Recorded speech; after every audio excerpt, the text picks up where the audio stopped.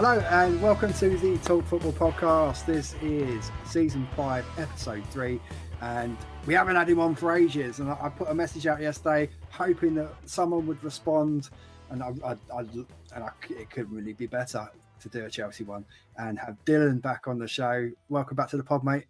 Hello, guys. Good to be back. Yes, so it's been a while. I mean, it's got to be... When did we have you on? Was it about a year? It's got to be about a year, isn't it? Or maybe a bit longer. I think it was the Palace away game, wasn't it? I think when we last spoke. Yeah, I think it was February early this year, something like that. It could be. Yeah. I tell you, well, a lot's happened. a lot's happened. A lot has happened to our club. Yeah. But there's so much we could go over, so much we could talk about, and the ownership and managers and that. But I think predominantly we'll talk about the here and now because it's going well. At the moment, we've made a really good start to the season. I think we probably surprised quite a few people. Bearing in mind, the ins and outs with the squad, etc. Bit of a laughing stock to the rest of the league, but I don't think they're laughing so much now. No, certainly not. What a crazy transition we've had at the start. Well, from where we was last season to the start of this season, we're 7 games in. We're sitting in the top. Well, it was top 4 till today, depending on our result tomorrow. But we've had a very good start. Apart from obviously starting off with Man City, that's probably one of the worst teams you could start the season of, possibly. Yeah. But the main thing is that fixture's now out of the way. We just got to focus on the away game, and that comes up, I think, in January or something like that. Yeah. But to be fair, we've not come up against a really challenging team apart from Man City. So this is probably our first game tomorrow where we're going to be really tested on how decent we actually are. So yeah, we got some tough games coming up, and obviously with the Liverpool game that we're predominantly speaking about tomorrow, we've got a double header with Newcastle coming up, a tough trip away to Greece for a Conference League game. So yeah, we've got some tough games coming up. But it'd be interesting to see, tomorrow. I mean, obviously touching on the game tomorrow, we're without Fofana and Cucurella obviously suspended, so. I don't know what we do, where we go at the back with that. Obviously, Cole will, you'd imagine, and I'm hoping he doesn't partner in with Disasi. I'm hoping it's possibly Tosin that comes in there. I'd assume it'd probably be Tosin. I would think so. Back, and then I probably think Vega might play left back tomorrow. That would be the sensible and probably like the most obvious thing. Yeah. But I want to throw something at you, bearing in mind that Reece is back. So part obviously with the team news, you got Reece back who's been in full training this week. I think Lavia's back fully fit as well. So I think it literally is Fofana and Cucurella are the only 2 not available for selection. Yeah. Could we look at a potential curveball with the Liverpool game and maybe try and outnumber them in midfield by going 3 at the back? Well, I think Maresca got interviewed yesterday or something like that. He's saying that he's he actually got asked what his favourite game was, and believe it or not, he said it was Man City because it was the only time this season where he's actually been able to use that pivot 3 this season. Yeah.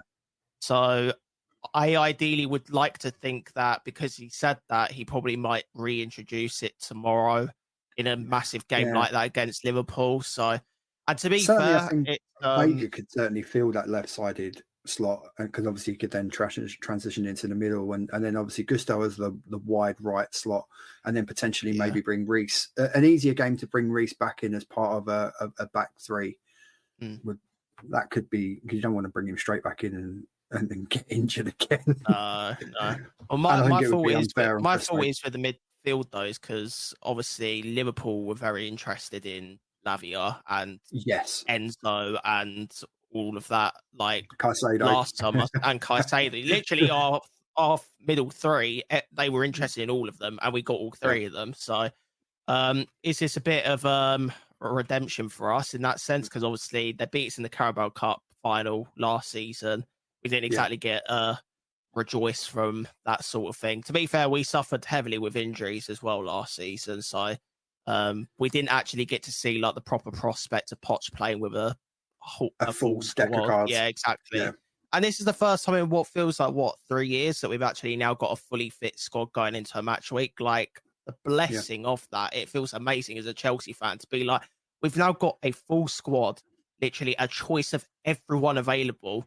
Like really unlock the potential of these young players. Exactly, yeah. So it makes you feel like, okay, we might go in with some confidence tomorrow, knowing we've got a full squad. Like we've got depth on the bench to actually compete against a team like Liverpool. So yeah, I mean, the weird thing looking at it is that both teams this season have been better away from home than they have been at home. We have dropped points, but if we win against them tomorrow, that's our fourth away win, which is, I think the last time in my notes, the last time we did that was the 05-06 and 08-09. And that would make Maresca only the fifth manager to win his first 4 away games, which would be an incredible thing. But Liverpool have suffered a little bit at Anfield as well, which does leave me with hope on the road and a little bit less pressure, probably more pressure on them, given they're at the top of the league, and they'll want to continue that form. But I do think offensively, I do think we can get at them and we can really, really worry them. I do believe Van Dijk is, particularly with the pace we have in midfield. I think that there's, with Jackson stretching in behind, possibly Noni on the right. Could really this is a question I actually had for you, Hodgie, because there's been a lot of talk based on the season so far. I'm actually interested to know your opinion on this. Is that who do you start as the number 9 tomorrow? It's either Nkunku or Jackson. Yeah, but...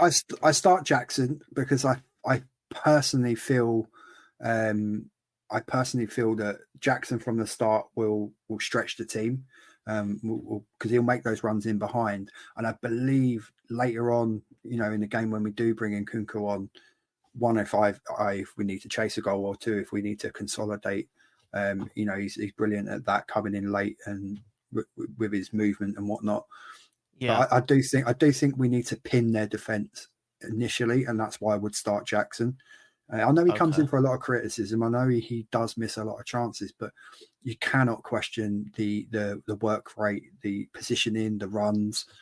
He's a nightmare for defenders because and he drives with the ball. I mean, he will drop deep and pick the ball up in central areas off the midfield and then drive out of defence. And Kunku don't really do that. I mean, he's more of that false 9 sort of forward, if you like, who will come and link play, but not necessarily threatening behind.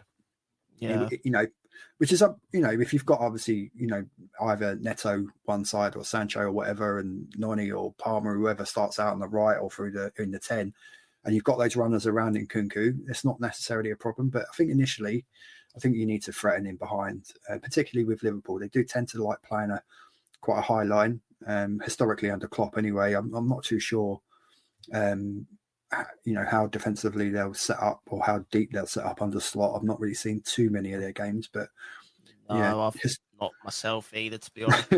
But they've got a couple of injury worries themselves anyway. So Tsimikas, McAllister, a little fitness doubts, and that Ender, I believe, will be out as well. So I'm not sure if Robertson's completely fully fit. So, in wide areas, I think we can get at them and then try and expose Van Dijk through the middle with Jackson over the top. That's how I would do it. So hello, Lucas, and Adam in the chat there. We haven't forgot about you, and if you want to ask any questions, etc., of myself and Dylan, mainly Dylan, because obviously he's the guest. So predictions we're going to come on to a little bit later, but keep your questions coming in. I will highlight them and pop them on the screen when we answer them. But I'm quite looking forward to tomorrow. I'm relatively optimistic. I'm 50-50. I'm on the fence because I go to the games quite a lot. You see, I tend to go into games with a 50-50 mindset now, purely because of the last 2 seasons I've seen as a Chelsea fan. I'm just like, I don't want to give the team too much expectation. I like going in with just a fresh mind, see what happens, because if I go in with a mind thinking, oh yeah, we're just gonna like absolutely annihilate people, we end up getting battered like 4 or 5-0. It just feels crap, doesn't it? So It does, yeah. So yeah. we got a question from Adam. Biggest threat for both teams. I know most people on the face of it, particularly from our perspective, that they would probably look at Salah. But I was looking at some stats, and he hasn't I scored, I think, think in the last 5 against us. no, I think their biggest threat is Luis Diaz. Luis Diaz, yeah. It's either Diaz or it's Jota. Jota's been playing well Jota's as well. movement, he's Mm, been keeping Nunes out the team. So I mean, Jota's yeah. movement alongside Diaz and Salah, obviously. So that's the threat. I'm not really overly concerned where they can hurt us from their midfield. I think their midfield is relatively functional. Szoboszlai is a good player, but whether or not he starts in there tomorrow, I'm not sure. And obviously McAllister is, he's very good on the ball. But I think we've got enough. I mean, me personally, I don't know how you feel. I'd love to see Caicedo and Lavia start together. I know a lot of that will rile up a lot of Chelsea fans because there's a lot that love Enzo. And he obviously Enzo's great on the ball. But see, I am an Enzo fan myself, but I can see, well, statistically, it's been proven that we have been winning more games with that pivot rather than Enzo playing. That's the stats that are put out there. Apparently, it's factual, but I don't like to pinpoint players out specifically because of stupid stats like that. It's ridiculous. Yeah. And plus, Enzo's our vice captain now, so like you've got to play him. He's a part of the team. Yeah, so, I think he will start. And we've got 100 million price tag on him as well. It's not like he's not going to play. So no. And I just, for me, I like the idea. I mean, I'd love the idea of the 3 of them, but I don't think we'll play systems that would have all 3, Lavia, Enzo, and Caicedo. I mean, that midfield would frighten many teams. Yeah. Lavia's awesome on the ball.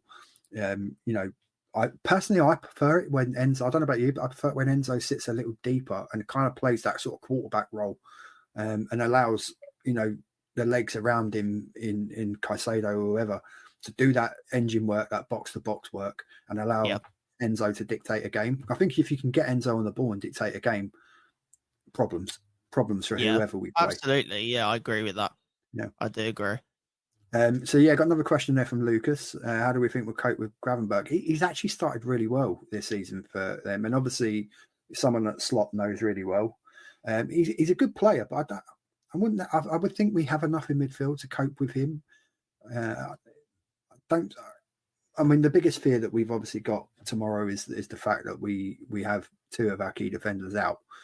So, but then that's why you have a squad, and they are, the other players coming in have got to step up. And to be fair, Tosin, over the last few times he's played and come on, he's actually played really well. I think the last the 2 or 3 advantage performances. to having a centre back like Tosin, because of his height, he's going to be very good for those aerial duels from corners and free kicks. So that is the advantage we've got with having Tosin. And that has been a little bit of a weak point, particularly on set pieces as well. So that's which is interesting because that seems to be quite our strong point this season with our set pieces. So going forward, vice versa, vice versa. It works out a strange way. In terms of like predicting a starting lineup, I mean, who would you pair? Obviously, we're probably going to look at. I personally, I would start with Gusto as the right-sided fullback inverter, if you like. Yeah, I mean, Maresca's already said that Reece has not got. He's not got the body type to play 2 games a week at the moment, and he's just come back. Even though he's had a full week of training, let's just not force him out. Whatever we do, yeah. And to be fair, I don't think, like I say, I don't think Gusto deserves to be dropped anyway. I love him. No. I love Malo Gusto. I think he's I do as well. Yeah. Right. So I think the team more or less will pick itself. Really, Tosin comes in, Vega comes in. I think we keep the rest as it is. Yeah, there's no point in changing too much about it, to be honest. I mean, Cole I think in the 10, Caicedo, Enzo, Noni on the right, Sancho on the left. I think so. I think I don't necessarily think it would make much difference whether it's Sancho or Neto. No, I would probably go with Sancho. I think he's probably shown enough form to keep him in there. Problem is, they've both shown quality, but in different aspects, haven't they? Sancho showed it in the league, and Neto showed it in the Conference League. So it's like, Yeah, it's a don't know great that they. problem to have. Yeah, no, it is. It's because they both deserve to start, which shows competition in the team. Absolutely. Yeah. Yeah, I don't know. Seal. Okay. Thanks, Tony. Right, so let's so we've touched on that. We know roughly what we're going to be looking at. So there's a player I want to talk about in particular. He's the Premier League player of the month. Albeit in his latest Burberry advert, he does look like Rodney Trotter. Someone pointed that out. He's a Spurs fan. I won't hold that against him, but he pointed that out on one of his posts on TikTok, and now I've seen it, I can't unsee it. It definitely looks like Rodney Trotter. But yeah, Cole Palmer. I mean, already, this season, phenomenal. The stats are incredible. I mean, since his, it's like since he joined us, it's like 44 goal involvements or whatever it is. 28 goals, 16 assists. He's created 21 chances. Yeah. I mean, he's up there now in terms of Premier League stats for the first 40-odd games. So his stats are up there matching the likes of Haaland, Andy Cole, Salah. And he's level on 16 assists with Saka. Crazy stats, isn't it? It's mad stats from a player who, from a player that, Man City didn't want. Was deemed not good enough. Still feel like we haven't paid City enough for Cole Palmer. No. I still feel like that's the case, but there you go. Well, bearing in mind we sold Mount for 65. Yeah. I think that's a great bit of business, personally. And I'll tell you what, I'll go out on a limb. I think maybe Sancho will end up being just as good on the value as well. Because I do, but I think if we get, touching, imagine, Cole Palmer one side, Sancho the other side, mixing with Noni and all, homegrown players as well. That's phenomenal. But yeah, Cole Palmer, he just, for me, he just gets better and better. I love him, even if he is Rodney Trotter. So I did notice a few comments there. I will say this: I won't tolerate any nasty or negative comments popping up in the chat. So if I do see that, one, your comment are obviously going to get removed, and two, you're going to get banned. So don't bother. Whether you mean it as jokes or anything like that, just leave it all out. So, right. So let's get a prediction for tomorrow's game. From you. I'll start with you. And we'll see what you think. It could either go one way or the other, really. Both teams are on form. Both teams got new managers, getting used to they've got used to their new systems now for 7-8 games. So I don't know. If you look at the statistics from most of the visits we've had against Liverpool, most of them have been draws. And the way that both teams are playing, it screams another draw. I was initially leaning towards a 2-2. That's what I've been saying all week. That's what I've been thinking, probably 2-2, 1-1, something like that. Yeah. But I'm hopeful. I'm hopeful we can catch him. We can catch him a bit cold. You just never know with Liverpool. Especially at Anfield, if we can get a bit of momentum on them and the crowd gets turned on them, I do think that they'll feel the pressure of that. And they've not really been tested. So I was looking at the games, and the 6 games that they've won have all been against teams in the bottom half of the table. Yeah. So again, as much as it's a test for us, it's just as big a test for them. And it's worth pointing out, obviously, that they got turned over at Anfield by Forest as well. Yeah. And, somehow we managed to pull a point at Stamford Bridge, but I don't know. It's going to be a tough game regardless anyway. So. Yeah. It is. I'm going to stick to my guns on that. I'm going to say 2-2, and I don't necessarily think a point away at Anfield is such a bad result. No, It keeps no. us in touch of that, that top four. I know it's early days in the table, but it's nice to still be up and around that sort of top four area. Obviously, a win would be incredible because that would throw us level on points with them at the top of the table. So Yeah. I believe, yeah, I think it would. I think it would. I think it would throw us up there, right up there with them, because we're on. Let me get the table up. We are on 14 points. So I think we'd be a point behind them. So we'd be level with the City, Like Arsenal. sixth or something at the moment, aren't we? Yeah, I know. Yeah. We've dropped down to sixth on 14 points. Brighton obviously have had a good day. Brighton are a really good side. Yeah. It's incredible what we did. Well, if I tell you now, I'll put it out there. If Maresca doesn't work out, let's go and let's go raiding Brighton again and get Herzler. Oh no. Oh no. But yeah, looking at our fixtures beyond that, we've obviously got some really tough ones coming up. So like we said earlier, we're away at Panathinaikos in the Conference League. Yet again, gives Maresca a chance to shuffle the pack and give some other players some minutes, etc. Get Felix on, get 90 minutes for Felix and Kunku, etc. And then we come back, obviously, Premier League at home on the 27th, day after my dad's birthday. Be a nice little birthday present if we can give him a win. Newcastle, and then again Newcastle in the cup, and then moving. I mean, it don't really get any easier. So moving into November, we're away to United, home to Noah, if that's how I presume that's how you pronounce it. I was trying to get tickets to that actually with my boy.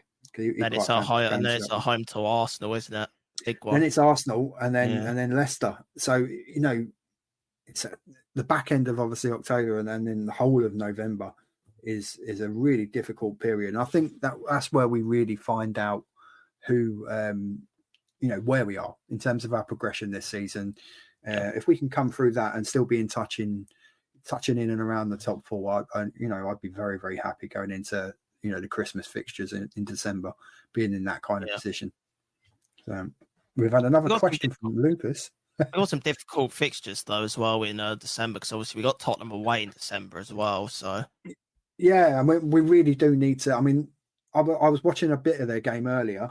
They weren't particularly convincing. Obviously, they came out winners in the end, but West Ham were in that game for large parts.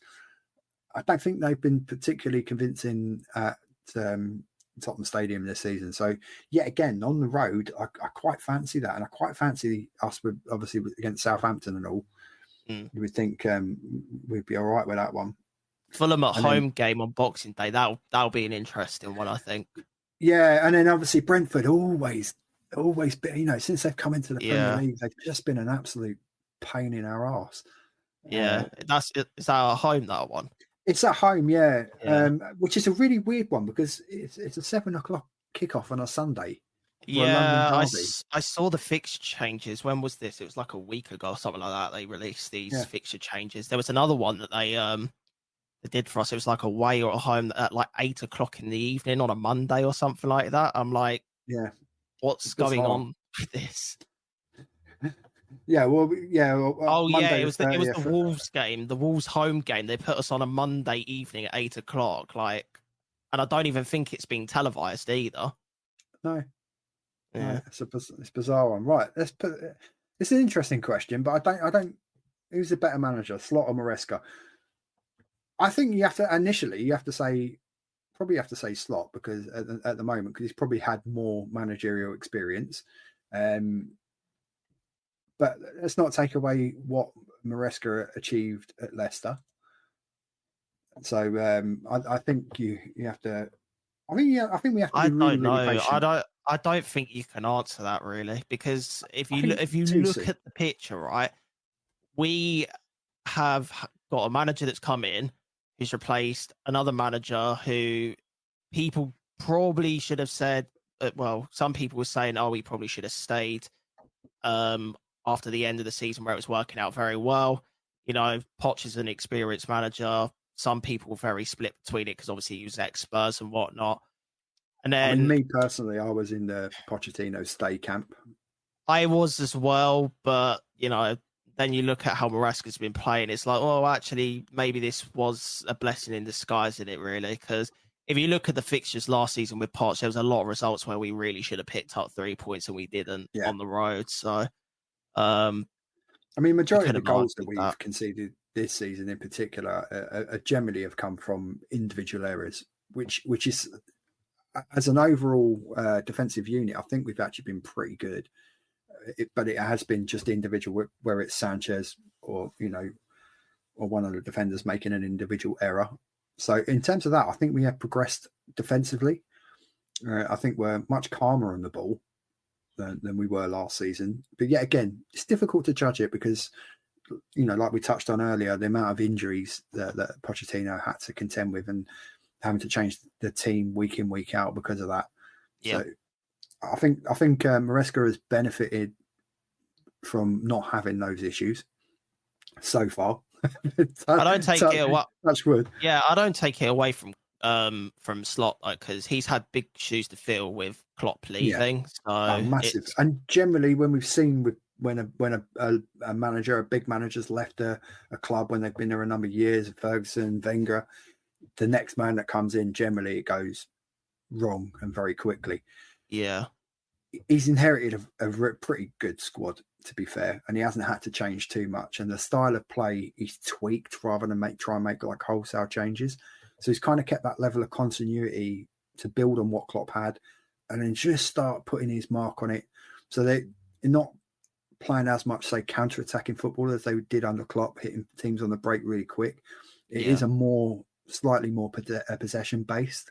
But then I don't necessarily think that's a bad thing from our perspective, because I do think when teams come at us with pace, I think we can get caught out a little bit, particularly when we have one of our fullbacks inverted in midfield, and if they get an overload. We saw it in early in the Wolves game, albeit we run out 6-2 wingers. There was points in that game where Gusto was inverting, and they was getting an overload with Aït-Nouri and Cunha on that left side of the pitch, our right. And Fofana was getting exposed a little bit. But what I did like about what Maresca did is that he changed it and he tweaked it. He could see what was happening, and then he made the subs at half time and reacted to it straight away. Something that you would have seen Pep do down the years, with City. And it changed the whole game. That's something he's done better than Poch did last season. Poch left his subs way too late. And with it being left too late, I felt like they were more gamble subs than him actually having a game plan behind it. I far prefer having a manager that's progressive with his tactics rather than being reactive. Because I think if you're reactive, you're always behind the curve. It's an interesting question from Lucas. I'll let you answer this one. Go on. So if we win tomorrow, are we in the title conversation? No. I still say no, purely because it's early doors. Let's be honest, all of us Chelsea fans know we're not going to win the league. Let's be honest. I mean, as much as you can say, we could be in a title race, maybe if we're in the same position come December, but really, I don't think we're going to win the league. Yeah, if I think, totally honest. I think it's too soon. I think, and also this group of young players, I think people have to really keep that in mind. How this is the youngest squad in the Premier League by far, and I think people. Plus, this is only our second game out of the top 6 that we've played, because we played City. We haven't played any of the other top 6 yet. So this is it. I think it is way too soon to be talking about titles. Come the back end of January, if we're in a position where we're a few points, then for me, it's not worry so much about titles or anything like that. It's consolidate being in the top 4 and get back into Champions League football. That for me is where we should be aiming. We need European football of some description next year. because we have to, realistically, we have to have the revenue coming in for that as well for PSR reasons, etc. Champions League football would be amazing, but any kind of European football would Well, be that's all beneficial. that's all I care about this season. I'm not even focused on the title. That's out of the equation for me. I just want to get back in the Champions League, Yeah, and that is literally a and great start for me. and So. if we can make a cup final, really we should be looking at, even though we have left some players out of the Europa League squad, we should have enough. A club with a squad that we've got is not designed to be in that competition. That this is for teams that are lower level teams. No disrespect to some of the other clubs in the competition, but one of our fixtures we've got is Shamrock. So Yeah. This is a Premier League squad playing against, arguably we should be winning the Conference League, but we should.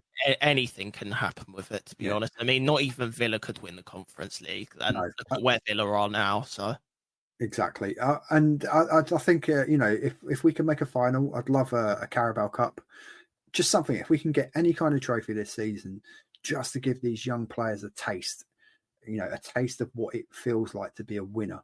And then that then drives the hunger, that then gives them an insight. And and we've seen it down the years with Mourinho, coming in winning a League Cup and having that as a platform, as a springboard to then go on and say, look, this is what you're capable of. Yeah, now here's where you need to go. And obviously, with Maresca working under Pep was someone who prioritized doing stuff like that and getting a trophy in the cabinet. So I'd love to win the Conference League, because obviously we've won all the other European competitions. Yeah, that's the only one we haven't got. So we need that to complete the set as well. So we need, I'll be happy if we win that.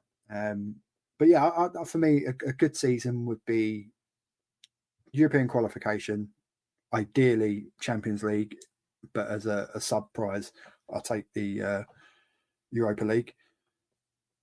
And just play some good football, and be in the conversation again. It's nice to have our club in the conversation again about being up in. We've had to suffer for a couple of years, and we've both grown up, and albeit me, I'm a little bit older, but we've both grown up in an era where we've been consistently winning stuff and always in the conversation about trophies. It's taken our owners a bit of a while to get there. They're not perfect by any stretch of the imagination. I think the intentions are always very good, but hope look, it's positive. I think the direction we're going in from where we were 18 months ago or so, I think we're on a trajectory now which is consistently moving in the right direction. I don't know if that's how you feel. Yeah, no, I absolutely agree. Like, there looks like there is progress based off of last season. Like, if you look at the point statistically, how much we gained since the beginning of last season, it's like we've almost doubled the points. So there 100% is progression there. And, the fact that we've got a full squad at this point in the season, which we didn't even have like even a whiff of last season, that's exciting as well, to see that players are coming back. And now we've got we could probably have like 2 or 3 squads now with like a full squad completely available. So I mean, I know there'll probably be stories again in and around the January time being linked to, another number 9 and strikers. But part of me is actually quite glad that we didn't end up getting, the likes of Oshiman and all that, because I'm not quite sure where he would fit in terms of where the squad is going. I know that might sound mad to some people, because he's borderline world-class striker, but with that kind of level of player, sometimes there comes that attitude and ego with that, and I'm not quite sure whether necessarily that would fit within this squad that we're building. There's very much, you can already see and one thing I think that has improved in terms of the squad is the morale. You can see that the players really, I'm always over the socials and watching the stuff, the training stuff in the background and all that. You can really see that there's a real bond and a closeness between the players. I think that's something that was a little bit missing over the last few years as we started going through this sort of transition phase. But it feels to me that we have got a really good group of players in terms of the egos. I know we've had a few little flashpoints and with the Jackson thing with the penalties, and even the other day when he was messing about with the wall and getting involved and all that. But I don't necessarily mind that, because there's parts of him that remind me a little bit of Costa, Diego Costa. Winding oppositions up. I've had that with a few players in the squad this year. I mean, some people were saying that Disasi had shades of Rudiger last season with his attitude and the way he went about things. I mean, that hasn't worked out massively now with the way Disasi's gone down in the ranks for the squad. But it is exciting times. Then like we've got a pick of the gaff of who we want to start in games now, and Maresca's got a good idea of who he wants in his team. So yeah, I mean, I don't know, but I mean, I love Nolly, and I just think he brings energy and freshness. Sometimes, not always the end product that you'd want, but I think he just scares people. He scares teams, and particularly if you play against teams with attacking fullbacks and that, they can't go marauding up the pitch as they maybe would do, because they know that he's just going to be out there hugging that right touch line.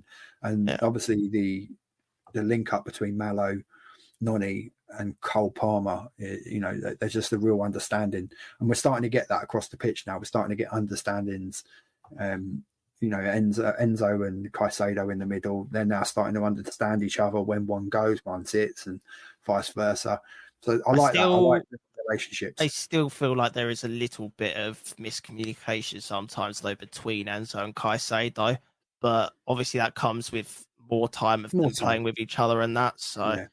And they both know that if they're not on their games, Lavia's just waiting, and we've already seen early part of the season a bit of a glimpse into what Lavia is going to bring to the team, and that's a talent as well.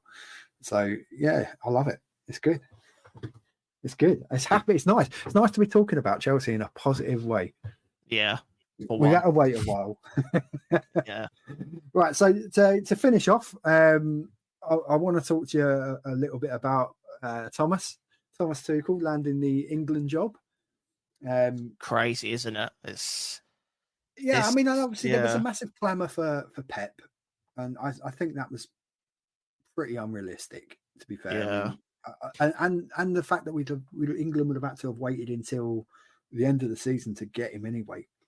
There's been a lot of names that have been thrown into the hat. Yeah. I mean, even Klopp's name's been thrown in it, but everybody knows he's on like this temporary retirement from managing at the moment. So I think he probably will be back at some point. He will do, but I feel like his priorities will probably be higher than doing something like that. Like if he's to come back, I'm seeing him in a potential Barcelona or Real Madrid. I wouldn't be surprised if they can squeeze another year out of Ancelotti. Yeah. I wouldn't necessarily be surprised if Klopp weren't in the frame for that. That's where my thought process is with it. Is he waiting for just a big role like that? Yeah, for him to jump on. Yeah. But in terms of Tuchel, I personally, I've seen a lot of rubbish been said and a lot of rubbish been written. I think it's a great appointment personally, purely on statistics alone, because Thomas Tuchel's record in terms of progressing from semi-finals to finals and etc. and winning finals in terms of a cup competition manager, which is what we're talking about really, because realistically we should walk qualifying, be that Euros and World Cup qualifications. We should walk them really, because with what you get paired against, that qualification should never really be an issue. But for me, England team needed someone who knows how to win, is capable of being strong-minded enough to be ruthless enough to upset people and put them out of the team if they're not playing how they should be. I think he'll do that, even if that was the likes of Kane. He's got a good understanding of younger players as well, which he did have a bit of experience with as a Chelsea manager, especially in the early stages when he came after Lampard left, because everyone's forgetting as well, Lampard had to suffer with a transfer ban. Yeah. So. And TT came in, and took us to the Champions League. Yeah. And some good young players. He's got qualities of winning things that is there. So it's just a matter of, can he do it with an England team that's nearly there? and it's been proven nearly there now twice. So yeah, we ain't far off it. Yeah, I'd love to see England win something in my lifetime. You yeah, don't know. I'm 46 this year. I don't know how many tournaments I've got left. So it's all right for you youngsters. My dad went to. My dad saw England win in the World Cup, and I've had so many heartbreaks down the years of England. Yeah. And generally, I hate international football. It's watching these Nation League games has been the absolute. I still don't understand the point of the Nations League. To be honest, I'm clueless on why. You're better off just having the friendlies. I mean, these tier systems. We have to win this group that we're in to gain promotion back to the elite National League level group games. But it's like they've inputted national football into like some form of Super League, which is like what UEFA have been trying to do with like the club football for the last few years. So it's like they've done that now with international football. It's so strange. Yeah, I am not a fan. Just bring back a couple of friendlies for and if you want to do experiments and stuff like that, bring back the B internationals where you can bring some young kids through out of the 21s and stuff like that. But yeah, pointless. Nation League, pointless. International football, other than tournament football, pointless. But I wish Thomas Tuchel all the best. And he still carries fond memories for me. His time at the Bridge, so I wish him all the best, and hopefully he can get England over the line. And and with quite a few Chelsea players, hopefully in the question. Yeah, you never know. I mean, it might even be an opportunity for Sancho to get himself back in the reckoning if he gets some. Keep the good form at Chelsea. There's certainly he's still young. He's only 24. So I still feel like there's a few people in that current England team that could probably be taken out and been swapped around for sure. Yeah, I think so. I think defensively, I think we're a little bit of a shambles. I like Gahey. I think he's someone who needs to start. I think there should be a partnership of Gahey and Colwill. Would be the bedrock of that. We've got a massive issue with the left back situation with England. I'd like to see maybe Tyreek Mitchell given an opportunity from Palace. I feel playing. I know Trent did all right there, but I don't like like a right-footed left back. It just feels like it unbalances any team, no matter who you are when you have that situation. It's like shoving Reece James in a left back role. It just kind of defeats the purpose of what he plays best at. I can only actually think offhand of two players that actually did it really well. One being Dennis Irwin from Man United in those really successful years, and the other being Azpilicueta. And the only really the two that I can really put my sort of like head towards being outstanding at doing that job when they did it. But other than that, I don't like it. I don't like it. And I think if you've got young players, give them the opportunity. Give them the opportunity to play there and make a name for himself. So, yeah. There we go, mate. Well, we've touched on the game. We've spoken about England. We're relatively hopeful for tomorrow. Try and get something out of Anfield. Yeah, and hopefully we'll get you back on. Soon.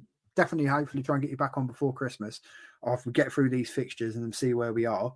And one of these days, if I'm not working, because every time we play, I seem to be bloody working, I might even see you at the Bridge. Yeah, hopefully, mate. It would be good to catch up at the Bridge for sure. It would be. It'd be brilliant, mate. And we could even do some bit of roving reporting and whatnot. And I'll come and interview you guys. I mean, there's so many of the Chelsea accounts that I follow. Talking Chelsea, Two Blues and whatnot. Yourself. They're better at the TikTok content than me, mate. I'm not very consistent at TikTok, to be fair. I'm more consistent on my Instagram page than anything. So it's so difficult to keep up with it. I mean, I've not put an episode out since we did the second episode, which was like about 4 or 5 weeks ago. So we've had a close family member in the hospital. So the focus has had to be away from doing anything other. But thankfully things have gone in the right direction. So I've been able to get back here and do a bit on the pod and get an episode out. which needed to happen, and it's brilliant, obviously, that it's Chelsea. But yeah, so anyone that is watching this anyway, if you do want to come on and talk, if you're another Chelsea fan, you can even come on and speak. You can get as many of you on the screen as we can fit and come and talk with Dylan and others, and we can, you know, one thing I did want to do, and I don't know if you'd be interested in this, I'll put you on the spot, but an all London pod. So if we can get, like, obviously me and you with Chelsea, and if we can get a couple of like Spurs fans, Arsenal fans, West Ham fans, Palace fans, and then all of us on the screen having a bit of banter and a bit of a wind up, that would be brilliant. Yeah, that'd be interesting. Especially the old 3-point lane talk. And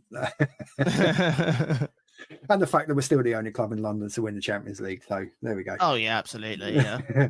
Right, so that's been season 5, episode 3 with Dylan. And don't forget, you can see his name there on the screen. So don't forget to go and give him a follow on his socials and keep up with all the Chelsea content and Chelsea news through Dylan as well. He's literally at every game. I don't think I've never seen him at a game, home and away. So he lives and breathes the club. Try my best, so. Yeah, cheers Adam, appreciate that, mate. And I know you're going to sort out the thumbnails at the end for me, because I'm useless when it comes to all that. So yes, thank you to everyone that's watched. Thank you for everyone that's dropped comments and questions in the chat. Don't forget to, you can see it going across the screen there, follow that on the link tree and get to every part of the pod to get involved. If you are here and you haven't dropped a sub, please drop a sub. I'm trying to get to 100 subs on the YouTube, which would be lovely. I want to do that before Christmas, hopefully. But yes, you want to come on the show, then just drop me a message and you can come on and talk football on the Talk Football podcast. So from me, your host Hodgie, goodbye. And from Dylan, thank you, mate, for coming on. Yeah, no worries. Appreciated. And we'll see you again soon on the next show.